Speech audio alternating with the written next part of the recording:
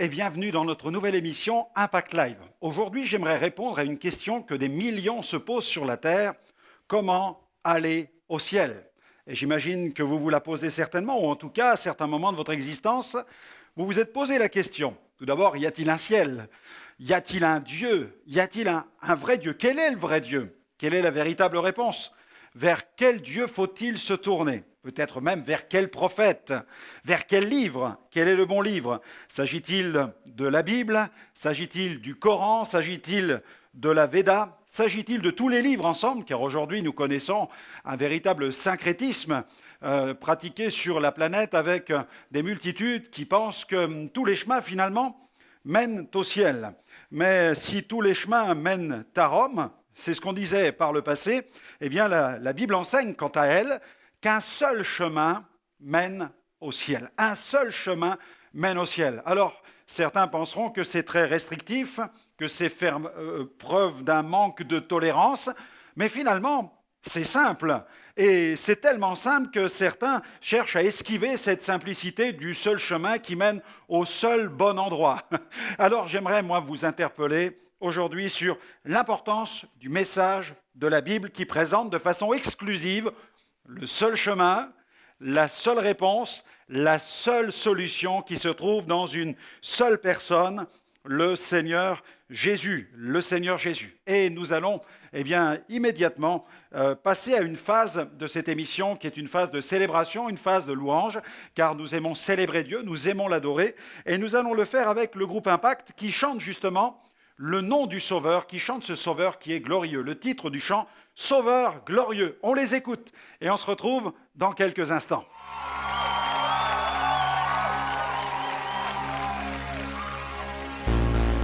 Il s'est dépouillé, revêtu d'humilité, Sauveur glorieux.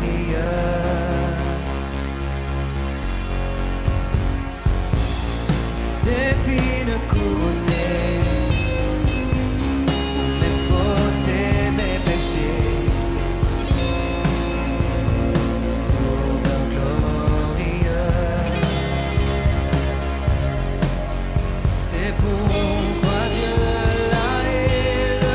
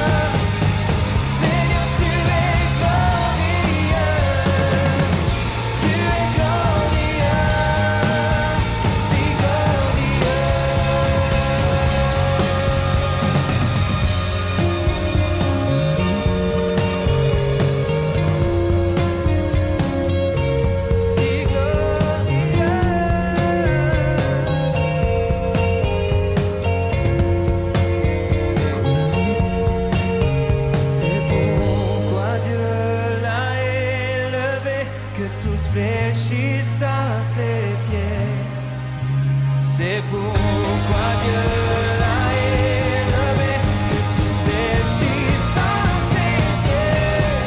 Glorieux, glorieux, précieux Sauveur, tu es glorieux,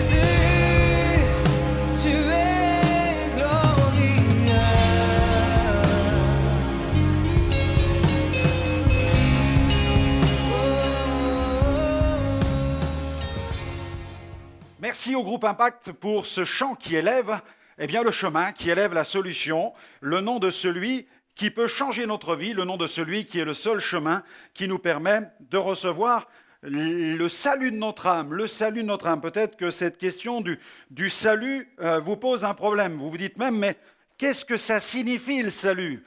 Pourquoi mon âme aurait-elle besoin d'un salut ? La Bible, quand elle parle du salut, elle parle de la vie éternelle, elle parle de la transformation de notre existence, d'une vie réconciliée avec Dieu.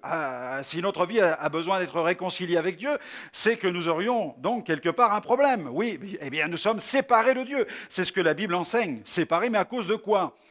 Peut-être vous dites même, mais je suis séparé de Dieu, mais qu'est-ce que j'ai fait pour être séparé de lui ? Eh bien, la Bible dit que nous sommes séparés de Dieu à cause de notre nature. Nous sommes par nature séparés de Dieu parce que nous avons récolté dans notre nature un germe de mort, une puissance qui corrompt notre nature morale et qui nous empêche d'être en relation avec Dieu à cause de ce problème que la Bible enferme dans un seul mot qui s'appelle le péché. Nous sommes dans le péché, nous sommes pécheurs, ce qui veut dire séparés de Dieu. Il y a comme un mur qui nous sépare de Dieu. Ce mur est invisible, en effet, mais il est spirituel, il est pourtant bien réel. Nous sommes séparés de Dieu à cause de nos péchés, mais la Bible nous donne donc la solution. Et cette solution, dans le langage biblique, s'appelle le salut. Dieu veut nous sauver. Par le salut, nous pouvons être sauvés. Et dans Acte 4, dans la Bible, dans le Nouveau Testament, il y a tout un livre qui s'appelle les Actes des Apôtres, où nous voyons les œuvres magnifiques du Saint-Esprit dans les premiers temps de l'âge, de l'ère, de l'époque de l'Église naissante. Il y a des miracles, il y a des foules qui se tournent vers Jésus-Christ.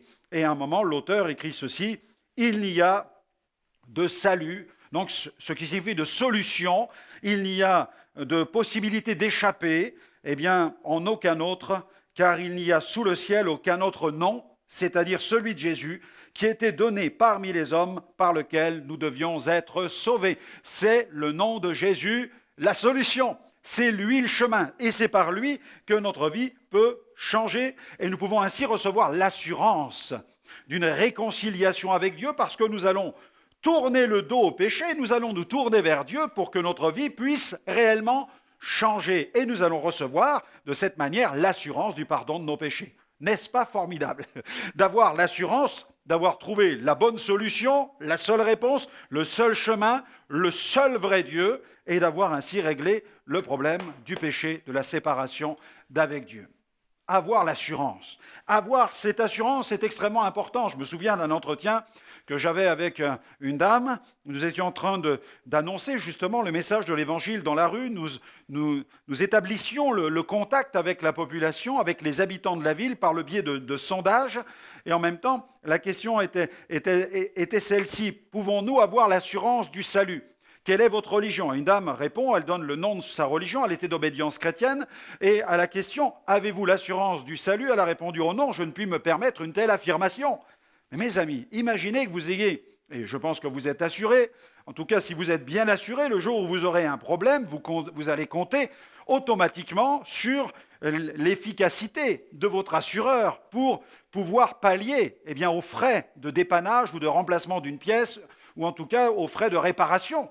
Vous allez compter sur l'efficacité d'assurer de votre assureur. Mais mes amis, si vous avez une religion qui vous parle du ciel et qui ne peut vous donner aucune assurance quant au fait d'aller au ciel, eh bien, posez-vous la question, quelle est l'efficacité réelle de cette religion? Mais je ne suis pas là pour vous parler d'une religion, je suis là pour vous parler d'une seule personne, et la Bible dit à son sujet, lui-même l'a déclaré par sa bouche, Jésus a dit, « Je suis le chemin, je suis la vérité, je suis la vie, nul ne vient au Père que par moi. » Vous avez donc la solution. Il n'y a qu'un seul chemin, Jésus le déclare, donc pas question d'une nouvelle religion, pas question d'un système religieux, pas question d'emprunter le chemin ou le parcours initiatique ou celui d'un pèlerinage, pas question d'accomplir des sacrifices pour essayer de mériter quoi que ce soit ou d'apaiser la colère des esprits. Non, il suffit de placer tout à coup sa confiance, c'est-à-dire sa foi, dans ce Sauveur qui a donné sa vie sur la croix pour nos péchés, de lui abandonner notre vie en prenant la décision de respecter sa parole, cette parole qu'il nous a laissée et que nous trouvons dans le contenu de la Bible, et prendre l'engagement de faire alliance avec lui, c'est-à-dire de nous convertir, de faire ce demi-tour, d'emprunter la bonne direction, marcher à sa suite pour que notre vie puisse véritablement changer. C'est possible pour vous maintenant, là où vous êtes, d'emprunter le bon chemin et de dire maintenant, eh bien, je vais marcher sur ce chemin qui s'appelle Jésus, je vais suivre le Christ et je vais ainsi vivre avec cette certitude, cette assurance qu'il est le sauveur de mon âme. Faites cette prière là où vous êtes maintenant. Tournez-vous vers lui et dites-lui, Seigneur, je viens vers toi. Je reconnais mes fautes, je reconnais mes erreurs, mes échecs, mes transgressions et le fait même que je suis séparé de toi. Et viens dans ma vie, change ma vie. Pardonne toutes les fautes que j'ai pu commettre et viens faire ta demeure en moi, afin que ma vie ne soit plus jamais la même, mais qu'elle puisse dorénavant te glorifier au nom de Jésus. Amen. Amen. Dieu a entendu cette prière. Et écoutez-moi bien, ce n'est que le début de cette magnifique aventure et je vous invite à poursuivre cette aventure en marchant à la suite du Seigneur et en découvrant ses enseignements au travers de la Bible. Et n'hésitez pas à me retrouver dans une prochaine émission où vous allez découvrir le contenu de ce glorieux évangile. Que Dieu vous bénisse et à très bientôt. Visitez le centre de ressources spirituelles de Liliana et Franck Alexandre. Vous pouvez y accéder depuis votre téléphone portable, votre ordinateur ou votre tablette. En visitant notre boutique, vous découvrirez de nombreux livres, des manuels, mais aussi des CD audio et DVD de prédication. Formez-vous avec les nombreux modules de formation de la Superbox, l'école d'évangélisation à domicile. Téléchargez gratuitement nos applications Go sur les plateformes de téléchargement.